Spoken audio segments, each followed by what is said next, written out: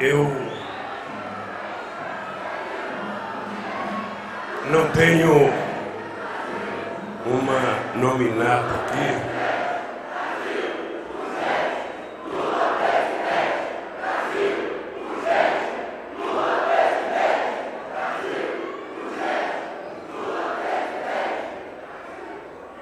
Queridos companheiros e companheiras, eu não tenho nominata porque os apresentadores já disseram o nome de todas as personalidades que estão aqui. Mas eu queria, em nome da Janja e da presidenta Dilma, parabenizar as mulheres brasileiras pelas conquistas que já obtiveram e pelas conquistas que vão obter a partir das eleições de 2022. Vocês não são maioria apenas numericamente.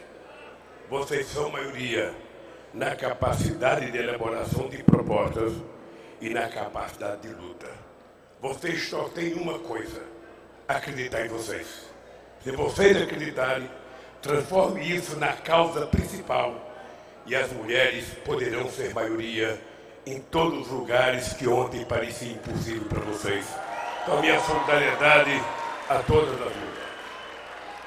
A segunda, dizer que eu fui surpreendido aqui. Eu fui surpreendido e vocês sabem que vocês não podem provocar um jovem de 76 anos tantas emoções, porque, quem sabe, o coração não aguenta.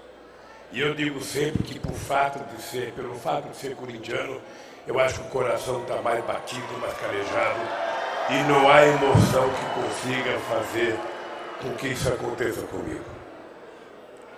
Hoje é um dia especial. Inclusive, saio daqui, Haddad, na expectativa de que nós vamos comer chuchu com Lula. Saio daqui e acho que a nossa companheira Bela Gil pode abrir um espacinho no restaurante dela só para servir, sabe, Lula e chuchu, que eu acho que vai ser o prato predileto em todo o ano de 2022. E esse prato se tornará o prato da moda no Palácio do Planalto a partir das eleições. Mas, meus amigos e minhas amigas, é um momento muito especial na minha vida. Especial por contar com vocês. Especial por ter conseguido pela primeira vez juntar todas as forças políticas progressistas em torno de uma campanha. Especial porque todos nós temos interesses políticos de resolver o drama que o Brasil está vivendo. E eu quero, do fundo do coração, agradecer aos partidos que estão nos apoiando, porque, com vocês, a vitória será muito mais certa e, com vocês, a recuperação do Brasil será certeza absoluta, porque acho que nós vamos provar que o Brasil pode voltar a ser um país, sabe, que cresce, que se industrializa, que gera emprego. Então, do coração, companheiros, muito obrigado a todos vocês que resolveram jogar todas as fichas de vocês nessa aliança que foi construída com muito amor, muito sacrifício, muita discussão, mas finalmente nós chegamos a nos entender. Eu quero começar falando da mais importante lição que aprendi em 50 anos de vida pública. 8 dos quais presidente desse país. Governar deve ser, sobretudo, um ato de amor. A principal virtude de um bom governante, precisa ter é a capacidade de viver em sintonia com as aspirações e os sentimentos das pessoas, especialmente daquelas que mais precisam. É se alegrar com cada conquista, com cada melhora na qualidade de vida do povo que ele governa. É compartilhar a felicidade da família que, graças ao Minha Casa Minha Vida, toma pela primeira vez nas mãos a chave da tão sonhada casa própria, depois de uma vida inteira morando de aluguel em condições precárias. É se emocionar com aquela mãe que viveu anos e anos à luz de lamparina e com a chegada do Luz para Todos pôde finalmente contemplar a serenidade de seu filho dormindo à noite. É se alegrar com a avó que quando era jovem, era obrigada a partir um único lápis em 2 pedaços para dar aos filhos. E agora, depois, com Bolsa Família, pôde comprar material escolar completo para a neta, até mesmo um estojo com lápis de todas as cores. É comemorar junto com os filhos dos trabalhadores que se tornaram doutores, graças ao ProUni e ao FIES e à política de cotas da universidade. Mas não basta ao bom governante sentir como se fossem suas as conquistas do povo sofrido. Para governar bem, ele precisa ter também a sensibilidade de sofrer com cada injustiça, cada tragédia individual e coletiva, cada morte que poderia ser evitada. Infelizmente, nem todo governante é capaz de entender, sentir e respeitar a dor alheia. Não é digno desse título o governante incapaz de verter uma única lágrima diante de seres humanos revirando caminhões de lixo em busca de comida, ou dos mais de 660 mil brasileiros e brasileiras mortos pelo Covid. Pode até se dizer cristão, mas não tem amor ao próximo. Em 2003, quando eu tomei posse como presidente da República, eu disse que ao final do meu mandato, todos os brasileiros tivessem pelo menos a possibilidade de tomar café da manhã, almoçar e jantar, eu já teria cumprido a missão da minha vida. Travamos contra a fome a maior de todas as batalhas e vencemos. Hoje, sei que é preciso cumprir novamente essa mesma missão. Tudo o que fizemos e o povo brasileiro conquistou está sendo destruído pelo atual governo. O Brasil voltou ao mapa da fome da ONU, de onde havíamos saído em 2014 pela primeira vez na história do Brasil. É terrível, mas não vamos desistir, nem eu nem o nosso povo, quem tem uma causa jamais pode desistir da sua luta. A causa pela qual lutamos é o que nos mantém vivos, é o que renova nossas forças e nos rejuvenesce. Sem uma causa, a vida perde qualquer sentido. Eu e todos nós que estamos juntos nessa hora, temos uma causa: restaurar a soberania do Brasil e do povo brasileiro. Queridos amigos e amigas, o artigo 1º da nossa Constituição enumera os fundamentos do Estado Democrático de Direito. E o primeiro fundamento é justamente a soberania. No entanto, a nossa soberania e a nossa democracia vêm sendo constantemente atacadas pela política irresponsável e criminosa do atual governo. Ameaçam, desmontam, sucateiam, colocam à venda nossas empresas mais estratégicas, nosso petróleo, nossos bancos públicos, nosso meio ambiente. Entrego de mão beijada todo esse extraordinário patrimônio que não pertence a eles, mas sim ao povo brasileiro. Destrói políticas públicas que mudaram a vida de milhões de brasileiros e brasileiras e que eram admiradas e adotadas pelo mundo afora. É mais do que urgente restaurar a soberania do Brasil. Mas defender a soberania não se resume à importantíssima missão de resguardar nossas fronteiras terrestres, marítimas e o nosso espaço aéreo. É também defender as nossas riquezas minerais, nossas florestas, nossos rios, nossos mares, nossa biodiversidade. E é, antes de tudo, garantir a soberania do povo brasileiro e os direitos de uma democracia plena. É defender o direito à alimentação de qualidade, é defender o bom emprego, o salário justo, os direitos trabalhistas o acesso à saúde e à educação. Defender nossa soberania é também recuperar a política altiva e ativa que elevou o Brasil à condição de protagonista no cenário internacional. O Brasil era um país soberano, respeitado no mundo inteiro, que falava de igual para igual com os países mais ricos e poderosos. E que, ao mesmo tempo, contribuía para o desenvolvimento dos países pobres, por meio de cooperação, investimento em transferência de tecnologia. Foi o que nós fizemos na nossa querida América Latina e também no nosso querido continente africano. Defender a nossa soberania é defender a integração da América do Sul, da América Latina e do Caribe e fortalecer novamente o Mercosul, a Unasul, a CELAC e os BRICS. É estabelecer livremente as parcerias que forem melhores para o país, sem submissão a quem quer que seja, e lutar por uma nova governança global.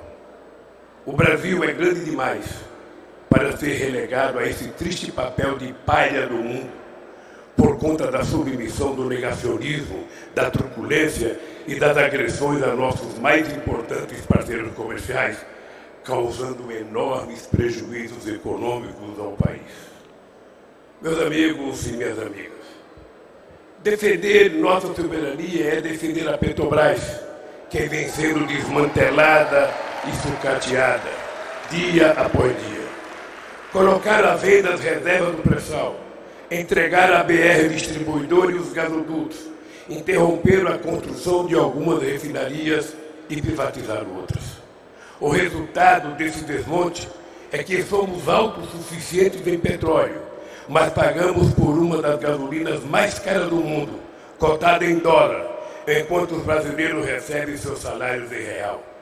O óleo diesel também não para de subir, sacrificando os caminhoneiros e fazendo disparar os preços dos alimentos. O botijão de gás já chegou a custar R$ 150, comprometendo o orçamento doméstico da maioria das famílias brasileiras. Nós precisamos fazer com que a Petrobras volte a ser uma grande empresa nacional e se transformar outra vez numa das maiores do mundo. Colocá-la de novo a serviço do povo brasileiro e não dos grandes acionistas estrangeiros. Fazer outra vez do pré-sal o nosso passaporte para o futuro, financiando a saúde, a educação e a ciência. Defender nossa soberania é defender também a Eletrobras daqueles que querem o Brasil eternamente submisso. A Eletrobras é a maior empresa de geração de energia da América Latina, responsável por quase 40% da energia consumida no Brasil. Foi construída ao longo de décadas com o suor e a inteligência de gerações de brasileiros. Mas o atual governo faz de tudo para entregá-la a toque de caixa e a preço de banana. O resultado de mais esse crime de lesa pátria seria a perda da nossa soberania energética. Perder a Eletrobras é perder a Chess, é perder Furnas, é perder a Eletronorte, é perder a Eletrosul, entre outras empresas essenciais para o desenvolvimento do nosso país. É perder também parte da soberania sobre alguns dos nossos principais rios, como o Rio Paraná e o Rio São Francisco. É dizer adeus ao programa como o programa Luz para Todos, responsável por trazer para o século XXI cerca de 16 milhões de brasileiros e brasileiras que antes viviam na escuridão. É aumentar ainda mais a conta de luz que hoje já pesa não apenas no bolso do trabalhador, mas também no orçamento da classe média. Defender nossa soberania é defender os bancos públicos, o Banco do Brasil, a Caixa Econômica, o BNDES, o BNB e o BASA, que foram criados para fomentar o desenvolvimento do nosso país, para garantir o crédito barato a quem quer produzir e gerar emprego. E vocês viram que foram esses bancos que salvaram o nosso país na crise de 2008 e 2009. Para financiar obras de saneamento e a construção de apartamentos e casas para a população de baixa renda e também da classe média. Para apoiar a agricultura familiar e os pequenos e médios produtores rurais, porque nenhum país será soberano se não cuidar de quem produz 70% dos alimentos que chegam na nossa mesa todo santo dia. Defender nossa soberania é defender as universidades e as instituições de apoio à ciência e tecnologia dos ataques do atual governo. Porque um país que não produz conhecimento, que persegue seus professores e pesquisadores, que corta bolsas de pesquisa e reduz os investimentos em ciência e tecnologia, esse país está condenado ao atraso. Nos nossos governos, nós mais que triplicamos os recursos direcionados para a CNPq, a CAPES e o Fundo Nacional de Desenvolvimento Científico e Tecnológico. Eles saltaram de 4 bilhões e 500 milhões em 2002 para 13 bilhões e 970 milhões em 2015. Já com o atual governo, esses investimentos recuaram outra vez para 4 bilhões e 400 milhões, valor menor do que aquele de 20 anos atrás. Defender a soberania do Brasil é investir na infraestrutura capaz de transformar o país e a vida do seu povo, aumentar a produtividade da economia e criar as bases para o progresso e o futuro. Mas o atual governo não cuida da infraestrutura que este país precisa. Paralisaram obras importantes que estavam em andamento. Tentam se apropriar de outras que receberam praticamente concluídas. É o caso da transposição do Rio São Francisco, uma obra sonhada desde os tempos do Império, que nós tornamos realidade para que 12 milhões de brasileiros tivessem finalmente água chegando às suas casas e jorrando nas suas torneiras. Nossos governos não só planejaram e conceberam a transposição, como fizemos 88% de todas as obras, mas eles tentam enganar o povo dizendo que foram eles que construíram as obras do São Francisco. Defender a nossa soberania é defender a Amazônia da política de devastação posta em prática pelo atual governo.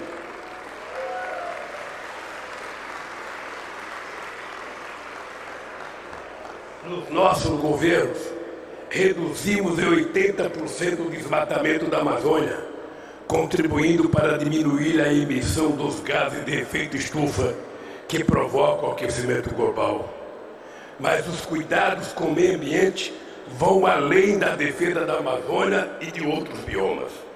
É preciso voltar a investir em saneamento básico como fizemos nos nossos governos, acabar com o esgoto a céu aberto e cuidar da destinação do lixo das pessoas que vivem de coleta de materiais recicláveis.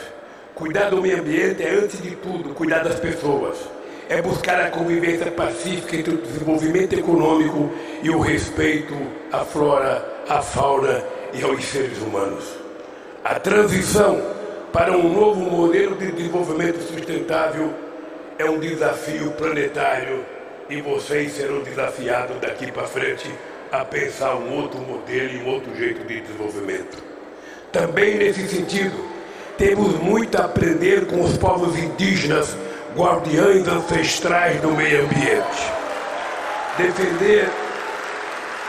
Defender a nossa soberania é garantir a posse de suas terras aos povos indígenas que estavam aqui milhares de anos antes da chegada dos portugueses e que foram capazes de cuidar delas melhor do que ninguém. E que agora estão vendo seus territórios invadidos ilegalmente por garimpeiros, grileiros e madeireiros. O resultado desse crime continuado, que acontece com a conivência do atual governo, vai além da destruição de florestas e rios, compromete a sobrevivência física dos povos indígenas e não poupa sequer criança, como nós vimos recentemente no Aldeia Yanomami.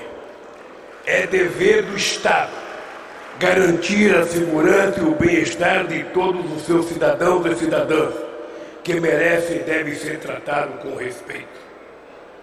Nunca um governo como este que está aí estimulou tanto o preconceito, a discriminação e a violência.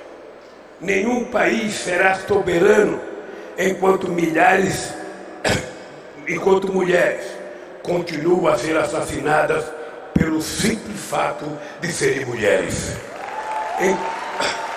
Enquanto pessoas continuarem a ser espancadas e mortas por conta da sua orientação sexual, enquanto não forem combatidos com rigor o extermínio da juventude negra e o racismo estrutural que fere, mata e nega direitos e oportunidades. Minhas amigas e meus amigos, somos o terceiro maior produtor mundial de alimentos. Somos o maior produtor de proteína animal do mundo. Produzimos comida em quantidade mais do que suficiente para garantir alimentação de qualidade para todos. No entanto, a fome voltou ao nosso país. Não haverá soberania enquanto 116 milhões de brasileiros sofreram algum tipo de insegurança alimentar. Enquanto 19 milhões de homens e mulheres e crianças forem dormir todas as noites com fome, sem saber se terão um pedaço de pão para comer no dia seguinte. Não haverá soberania enquanto dezenas de milhões de trabalhadores continuarem submetidos ao desemprego, à precarização e ao desalento. Nós fomos capazes de gerar mais de 20 milhões de empregos com carteira assinada e com todos os direitos garantidos, enquanto eles destruíram os direitos trabalhistas e geraram mais desemprego e mais sofrimento na vida do povo trabalhador. É preciso avançar numa legislação que garanta todos os direitos dos trabalhadores, que estimule a negociação em bases civilizadas justas entre patrões, empregados, governo e, por que não dizer, até envolvendo as universidades, que contribua para criar melhores empregos para fazer girar a roda da economia. Não é possível que o reajuste da maioria das categorias profissionais fique abaixo da inflação, ao contrário do que acontecia em nossos governos. Não é possível que o salário mínimo continue perdendo o poder de compra ano após ano. Nos nossos governos, ele subiu 74% acima da inflação, aumentando o consumo e aquecendo a economia. Se os trabalhadores não têm dinheiro para comprar, os empresários também não terão para quem vender. Isso leva ao que assistimos hoje: o fechamento de fábricas em São Paulo, na Bahia, na Zona Franca de Manaus e em outras regiões, inclusive muitas multinacionais deixando o nosso país. Precisamos também criar um ambiente fértil ao empreendedorismo para que possam florescer o talento e a criatividade do povo brasileiro. Esse país precisa voltar a criar oportunidades para que as pessoas possam viver bem melhor, para que as pessoas possam viver bem, melhorar de vida e tornar os seus sonhos realidade. Hoje vivemos uma situação desoladora.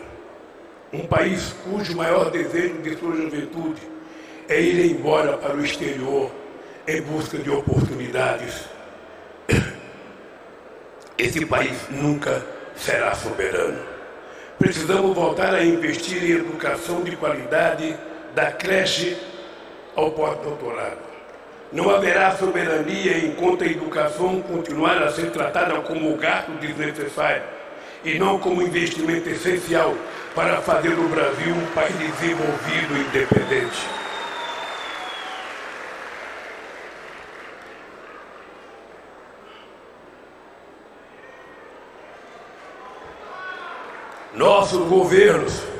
Os nossos governos triplicamos o investimento da educação, que saltaram de 49 bilhões de reais em 2002 para 151 bilhões em 2015. Mas o atual governo vem reduzindo os investimentos a cada ano.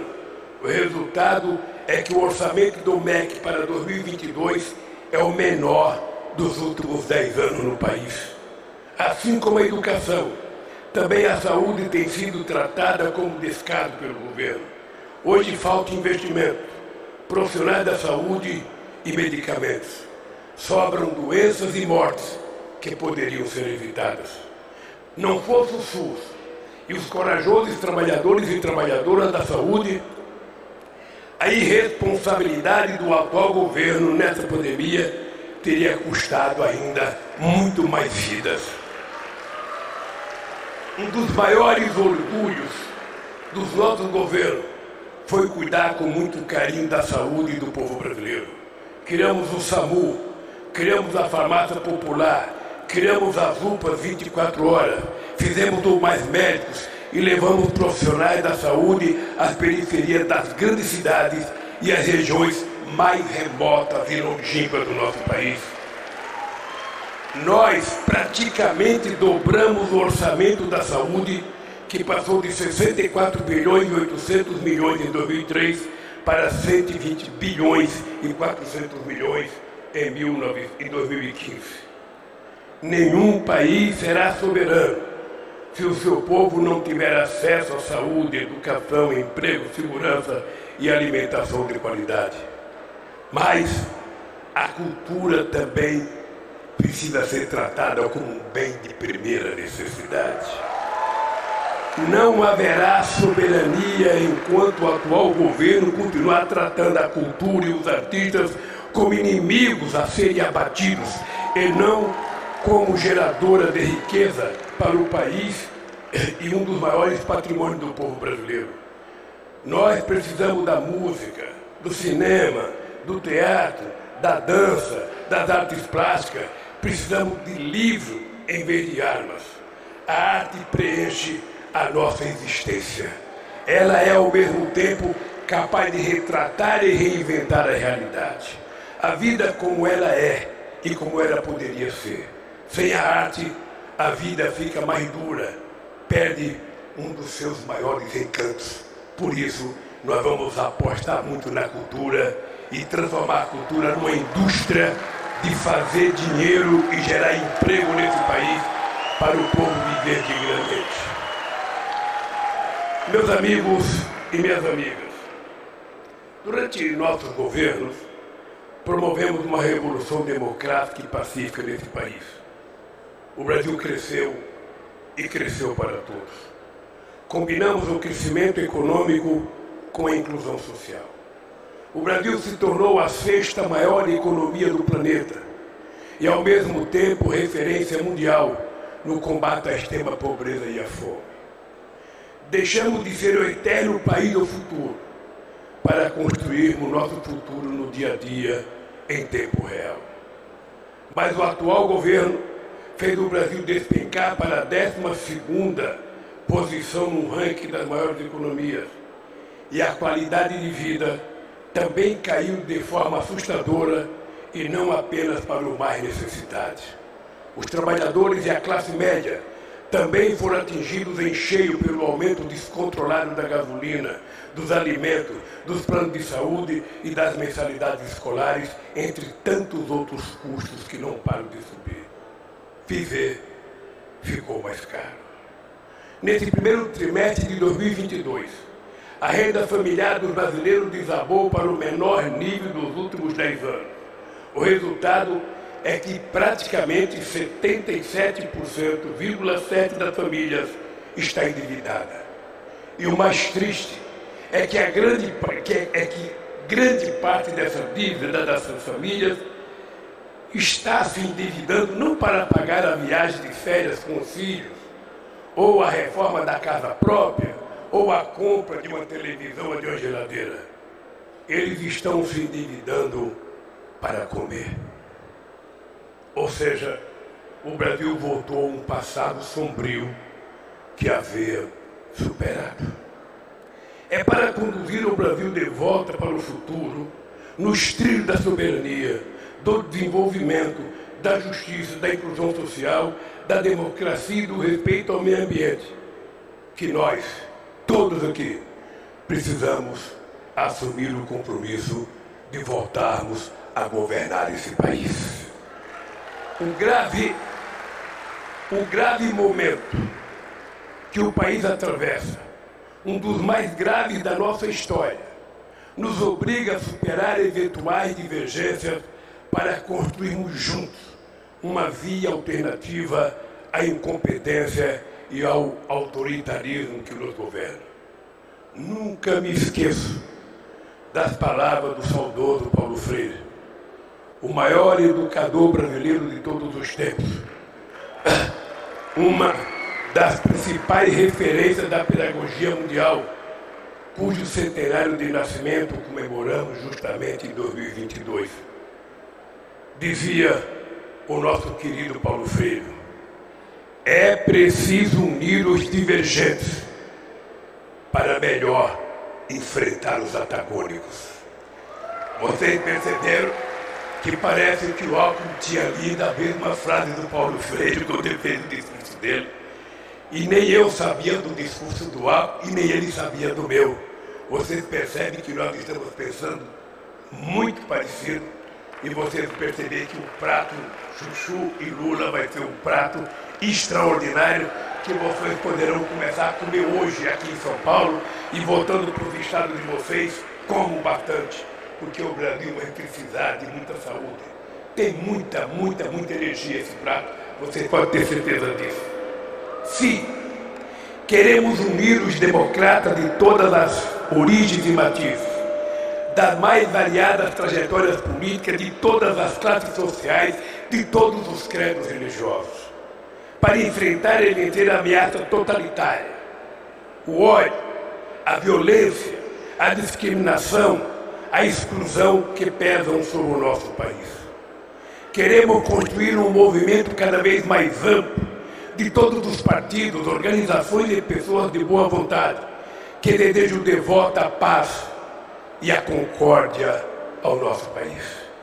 Esse é o sentido da nossa união, da união progressista, que envolve os companheiros do PT, PCdoB, PV, PSB, PSOL, Rede de Solidariedade.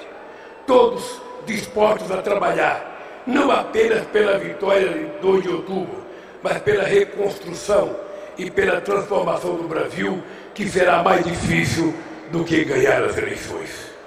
Tenho orgulho e muito orgulho de contar com o então companheiro Geraldo Alckmin nessa nossa jornada. Alckmin foi governador enquanto eu era presidente.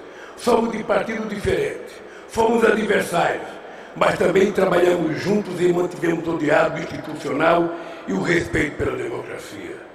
Tive em Alckmin um adversário leal e estou feliz por tê-lo na condição de aliado, um companheiro cuja lealdade sei que jamais faltará, nem a mim e muito menos a vocês e ao Brasil.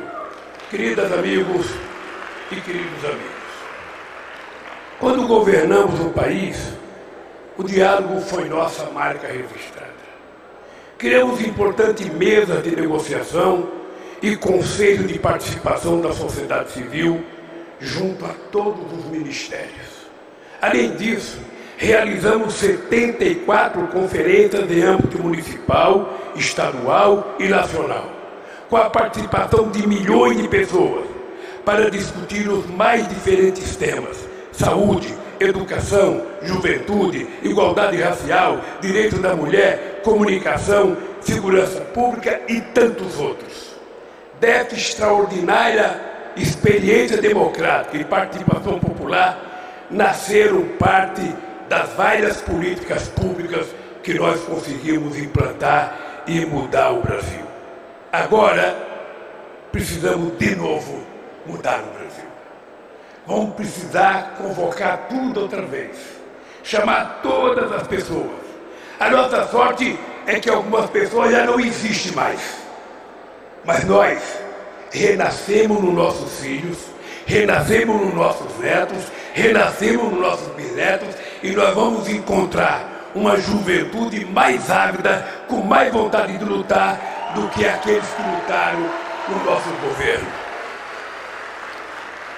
Para isso, em vez de promessas, apresento o imenso legado do nosso governo. Fizemos muito mais. Fizemos muito, mas tenho consciência de que ainda é preciso e é possível fazer muito mais. Precisamos, novamente, colocar o Brasil entre as maiores economias do mundo, reverter o acelerado processo de desindustrialização do país, criar um ambiente de estabilidade política, econômica e institucional que incentive os empresários a investirem outra vez no Brasil, com garantia do retorno seguro e justo para eles, para o país e para o povo trabalhador. Companheiros e companheiras, fui vítima de uma das maiores perseguições políticas e jurídicas da história desse país.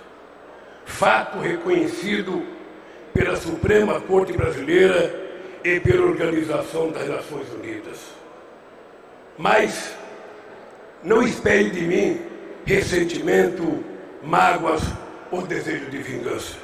Primeiro, porque não nasci para ter ódio, nem mesmo daqueles que me odeiam. Mas também porque a tarefa de restaurar a democracia e reconstruir o Brasil exigirá de cada um de nós um compromisso de tempo integral. Não temos tempo a perder odiando quem quer que seja. Não faremos jamais como o nosso adversário, que tenta mascarar a sua incompetência, brigando o tempo inteiro com todo mundo e mentindo 7 vezes por dia. A verdade liberta e o Brasil precisa de paz para poder progredir. Queridas amigos e queridos amigos, em setembro próximo, o Brasil completa 200 anos de independência.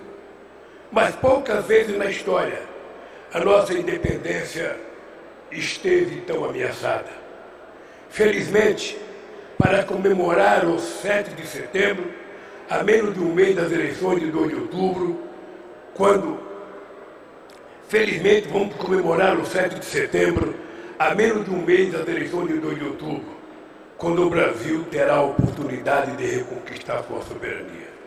Quando o Brasil terá a oportunidade de decidir que país vai ser pelos próximos anos e pelas próximas gerações. O Brasil da democracia ou do autoritarismo? Da verdade ou das 7 mentiras contadas todo dia? Do conhecimento e da tolerância ou do obscurantismo e da violência? Da educação e da cultura ou de revólveres e fuzis? Um país que fortaleça e incentiva a sua indústria ou assista parada à sua destruição? Um país exportador de bem de valor agregado ou eterno exportador de matéria-prima? O país do Estado do bem-estar social ou o país do Estado mínimo, que nega o mínimo à maioria da sua população? O país que defende o seu meio ambiente ou que abre a porteira para passar a boiada? O Brasil que garante saúde, educação e segurança para todos os brasileiros e brasileiras ou somente o país que garante esse direito para os mais ricos? Nunca foi tão fácil escolher. Nunca foi tão necessário a gente fazer a escolha certa de que país a gente quer. Mas é preciso dizer com muita clareza. Mas é preciso dizer com toda clareza, para sair da crise, crescer e se desenvolver, o Brasil precisa voltar a ser um país normal, no mais alto sentido da palavra. Não somos a terra do faroeste, onde cada um impõe a sua própria lei. Não. Temos a lei maior, a Constituição, que rege a nossa existência coletiva. E ninguém, absolutamente ninguém, está acima dela. Ninguém tem o direito de ignorá-la ou de afrontá-la. A normalidade democrática está consagrada na Constituição. E é ela que estabelece os direitos e obrigações de cada poder, de cada instituição, de cada um de nós. É imperioso que cada um volte a tratar dos assuntos da sua competência, sem exorbitar, sem extrapolar, nem interferir nas atribuições alheias. Chega de ameaças, chega de suspeições absurdas, chega de chantagens verbais, chega de tensões artificiais. O país precisa de calma e tranquilidade para trabalhar e vencer as dificuldades atuais. Ele decidirá livremente no momento em que a lei determina quem deve governá-lo. Nós queremos governar para trazer de volta um modelo de crescimento econômico com inclusão social, que fez o Brasil progredir de modo acelerado e que tirou 36 milhões de brasileiros e brasileiras da extrema pobreza. Queremos votar para que ninguém nunca mais ouse desafiar a democracia e para que o fascismo seja devolvido ao esgoto da história de onde jamais deveria ter saído. Nós temos um sonho, somos movidos à esperança e não à força maior que a esperança de um povo que sabe que pode voltar a ser feliz. A esperança de um povo que sabe que pode voltar a comer bem, a ter um bom emprego, um salário digno e direitos trabalhistas, que pode melhorar de vida e ver seus filhos crescendo com saúde, até chegar à universidade e virar doutor. É preciso mais do que governar, é preciso cuidar. E nós vamos outra vez cuidar com muito carinho do Brasil e do povo brasileiro. Queridas companheiros e companheiras, o que nós estamos fazendo aqui hoje é mais que um ato político. Essa é uma conclamação aos homens e mulheres de todas as gerações, a todas as classes, todas as religiões, todas as raças, todas as regiões do país, para que a gente possa lutar, reconquistar a democracia e recuperar a nossa soberania. E eu tenho certeza que vocês e outros milhões que estão nos assistindo, e outros milhões que ainda têm dúvida, e 8 milhões que ainda respondem não sei, eu tenho certeza que a hora que começar o trabalho de viajar para o Brasil, de conversar com o povo, e cada um de vocês começar a falar a verdade para esse país, eu tenho certeza que nós vamos conseguir fazer a maior revolução pacífica que a história do mundo conhece. Eu quero outra vez agradecer a você, agradecer a cada um de vocês. Eu, quando vi o Riquel aqui e vi toda a briga do Riquel em defesa, sabe, da soberania nacional, eu queria te dizer, companheiro Riquel, que você é um jovem de 81 anos de idade e, pelo que eu te conheço, você vai viver o suficiente para a gente comemorar junto numa praça pública a recuperação da soberania brasileira, a recuperação da industrialização desse país, a recuperação da liberdade de cada um ser o que quiser, como quiser, de cada um ser democrático. Eu sonho com isso, por isso estou votando essa briga. Por isso eu quero terminar dizendo, companheira Dilma, que bom que você está aqui, porque tem muita gente que, na perspectiva de criar confusão entre nós dois, fala assim para mim: ah, você vai levar a Dilma para o ministério? Você vai levar o Zé Dirceu para o ministério? Você vai levar? Nem eu vou levar e jamais a Dilma caberia no ministério, porque a Dilma, ela tem a grandeza de ter sido a primeira mulher a ser presidenta da história desse país.